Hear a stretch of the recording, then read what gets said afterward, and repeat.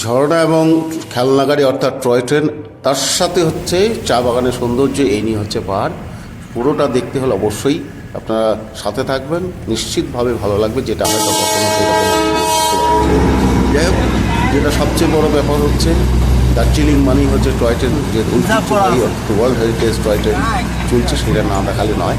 আপনাদের সামনে তুলে ধরছি, এই হচ্ছে টয় ট্রেন।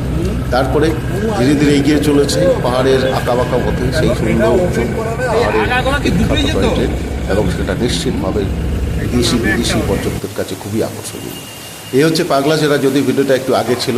যাই হোক, আপনাদের সামনে তুলে ধরছি।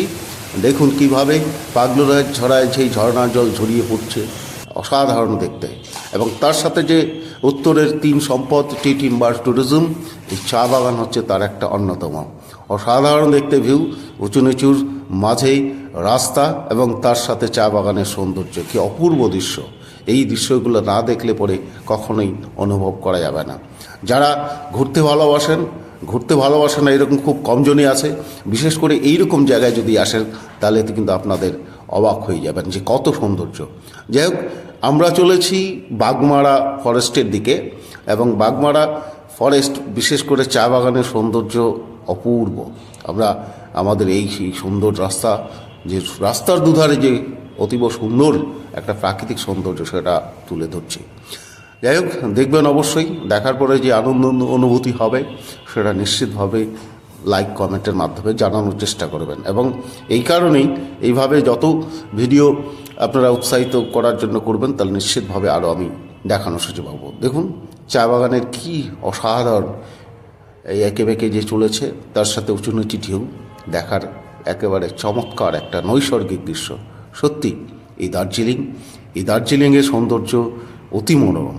তার সাথে দার্জিলিং যেহেতু দুটো ভাগে হয়েছে, কিছুটা কালিম্পং, কিছুটা দার্জিলিং, যেটা হচ্ছে বাগমারা অংশের দিকে। বাগমারা মানে হচ্ছে সেটা তিনধারিয়া হয়ে যেতে হয়, যেটা চমৎকার একটা জায়গা।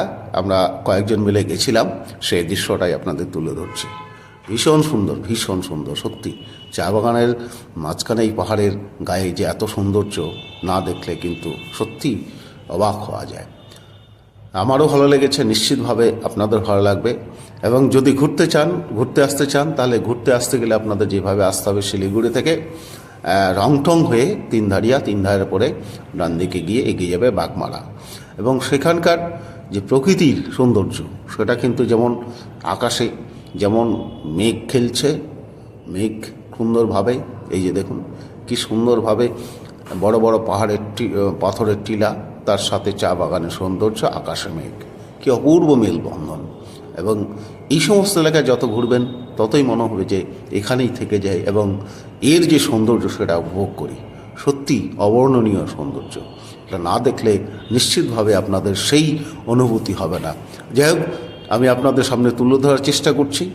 অবশ্যই দেখার জন্যই আপনাদের, বিশেষ করে সবাই তো সব যাওয়ার সম্ভাবনা হয় না। আমি যেটুকু যাচ্ছি সেটুকু আপনাদের সামনে তুলে ধরছি।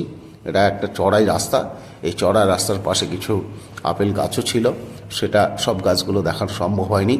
খুব সুন্দর একটা প্রকৃতির সৃষ্টি আর কি, যেটা প্রকৃতির মনোহরী দৃশ্য, সেই দৃশ্য কিন্তু মন কাড়বে। যাই হোক, চলুন তাহলে